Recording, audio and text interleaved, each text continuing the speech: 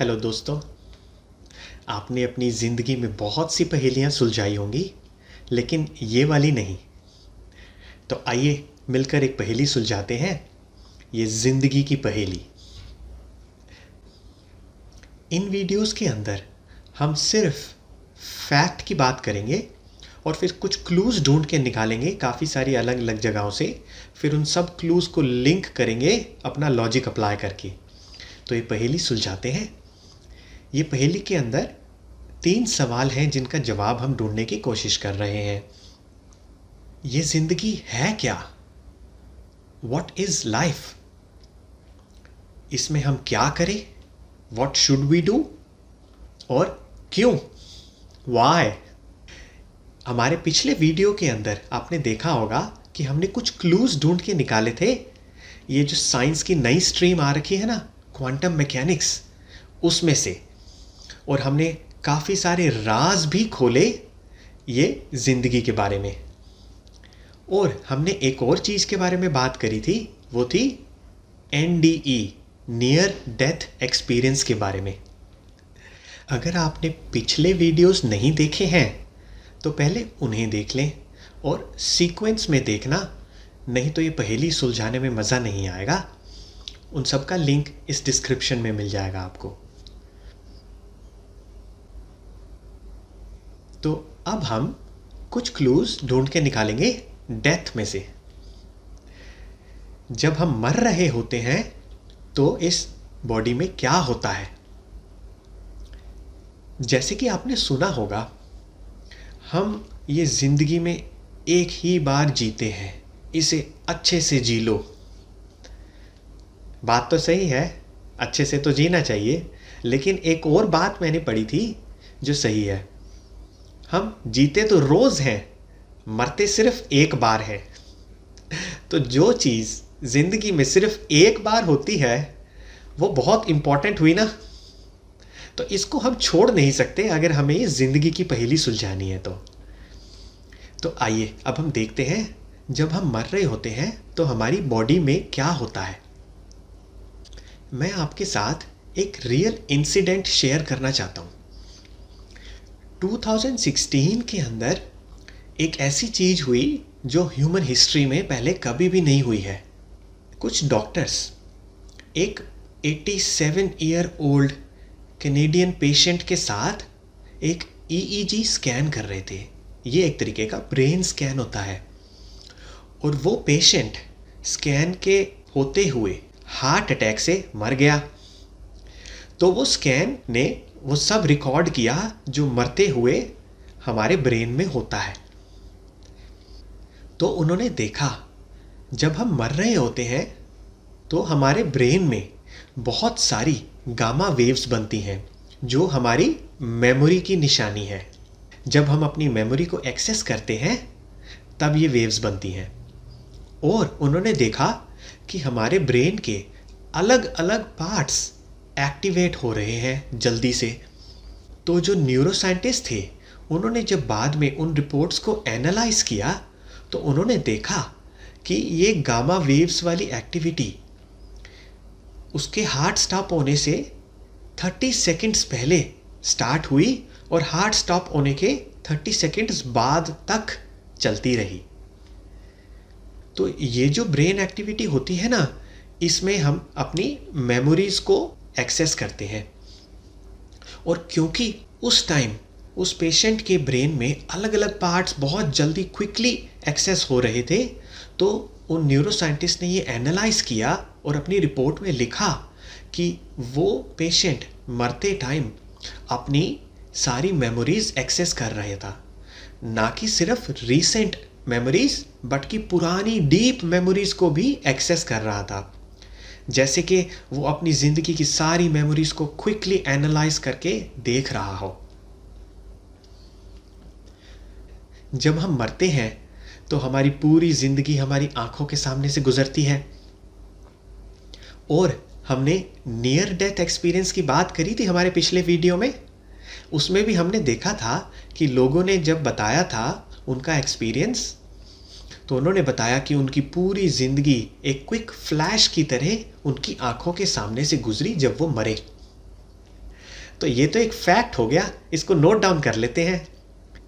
हम जब मर रहे होते हैं तो हम अपने लास्ट मोमेंट्स में अपनी सारी मेमोरीज को एक्सेस करते हैं। We access our life time memories in our last moments. एक और चीज होती है हमारी बॉडी में जब हम मर रहे होते हैं। क्या आपने डीएमटी के बारे में सुना है? इसका पूरा नाम तो मैं भी प्रोनाउंस नहीं कर पाऊंगा ठीक तरीके से, तो मैं इसे डीएमटी ही बोलूंगा। ये एक इलीगल केमिकल होता है, लेकिन ये हम हर रोज रात को लेते हैं। ये हमारे दिमाग में तब बनता है जब हम सपने देखते हैं, व्हेन वी ड्रीम। और किस टाइम बनता है गैस करोगे? जब हम मरते हैं, लेकिन उस टाइम ये बहुत सारा बनता है और हमारे पूरे ब्रेन में फैल जाता है। एक टाइम और ये केमिकल बनता है हमारे ब्रेन में, वो तब जब हम पैदा होते हैं। तो ये बात तो पक्की हो गई कि ये डीएमटी जो है ये हमारी कॉन्शियस का कनेक्शन बनाता है इस फिजिकल से नॉन फिजिकल में। हमें एक प्रूफ मिला था जो हमने नोट डाउन किया था हमारे एक पुराने वीडियो के अंदर। वो था we are more than this body and mind. हम ये शरीर और ये दिमाग से ज़्यादा भी कुछ है। एक और प्रूफ हमें मिला था नियर डेथ एक्सपीरियंस में से। आपको याद है कि जिन लोगों ने अपना एक्सपीरियंस शेयर किया था नियर डेथ एक्सपीरियंस का, उन्होंने बताया था कि उन्होंने ये बॉडी को मरने के बाद छोड़ दिया था, तो वो अपनी बॉडी से बाहर आए थे। तो आइए अब इसको एक एग्जाम्पल के साथ समझते हैं कि ये सब हो क्या रहा है। अगर आपका लैपटॉप खराब होने वाला है, लिटरली डाई होने वाला है, और आपको ये पता चल गया, तो आप क्या करेंगे? आप जल्दी से अपना सारा डाटा और अपनी सारी इंफॉर्मेशन को बैकअप कर लेंगे और उसको या कोई बड़ी हार्ड ड्राइव के अंदर या फिर क्लाउड के ऊपर उस इंफॉर्मेशन को डाल देंगे।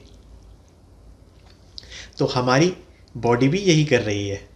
आइए देखें, हमारी बॉडी ने बनाई गामा वेव्स, जिससे कि हमारी सारी मेमोरीज को एक्सेस किया गया, अपनी इस पूरी लाइफ की मेमोरीज को।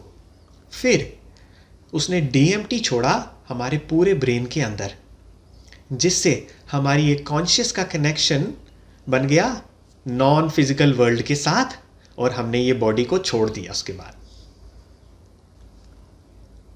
और अब अगर अपन एग्जाम्पल के अंदर देखें हम क्या करते हैं उसके बाद। हमारा जब लैपटॉप ख़राब हो गया और हमने सारा डाटा बैकअप कर लिया, उसके बाद हम नया लैपटॉप लेंगे और फिर दोबारा से उसको यूज़ करना शुरू करेंगे और अपना काम पूरा करेंगे। हमारी कॉन्शियस भी यही करने वाली है, एक दूसरी बॉडी लेगी और अपनी जर्नी फिर से स्टार्ट करेगी। इसका प्रूफ भी है। यूनिवर्सिटी ऑफ वर्जीनिया के अंदर 2500 केसेस रजिस्टर्ड हैं, जिससे प्रूफ होता है कि रीबर्थ होती है। लेकिन अगर हम देखें तो दो बहुत बड़े रिलीजन ऐसे हैं जो बिलीव करते हैं कि रीबर्थ नहीं होती। तो ये कैसे होगा? साइंस कुछ और कह रही है, रिलीजन कुछ और कह रहा है। इसको तो सॉल्व करना पड़ेगा, तभी हम इसमें से कुछ क्लू निकाल पाएंगे हमारी पहेली को सुलझाने के लिए। साइंस भी गलत नहीं होती क्योंकि वो तो प्रूफ दे रही है, और ये पुरानी जो ज्ञान की बातें हैं, जो पुराने स्क्रिप्चर्स लिखे गए हैं, रिलीजियस बुक्स, वो भी कभी गलत नहीं होते, ये भी सही है। तो ये दोनों ही सही हैं। मैं आपको बताऊं कैसे।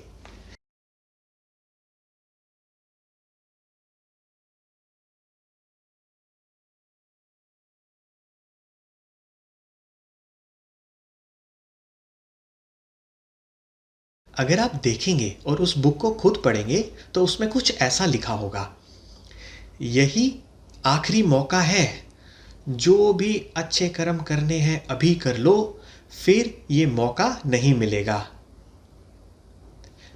तो अब अगर हम इसका मतलब निकालें तो हम यही बोलेंगे कि भाई यही आखिरी जिंदगी है, इसके बाद और जिंदगी नहीं मिलेगी, तो जो करना है अभी कर लो। फिर मेरे हाथ लगी दूसरी बुक, जिसमें बात करी गई थी ये क्रिएशन के बारे में, कि ये लास्ट क्रिएशन है, इसके बाद ये फिर नहीं बनने वाला। जैसे कि आपको पता है, ये दुनिया बहुत बारी बनाई जा चुकी है पहले, और बहुत बारी मिटाई भी जा चुकी है। तो इसमें यह कहा गया है कि इस बार ऐसी दुनिया आखिरी बार बन रही है, ऐसी दुनिया दोबारा नहीं बनेगी। तो अब मुझे सब समझ में आ गया कि भाई वो जो बात कर रहे थे,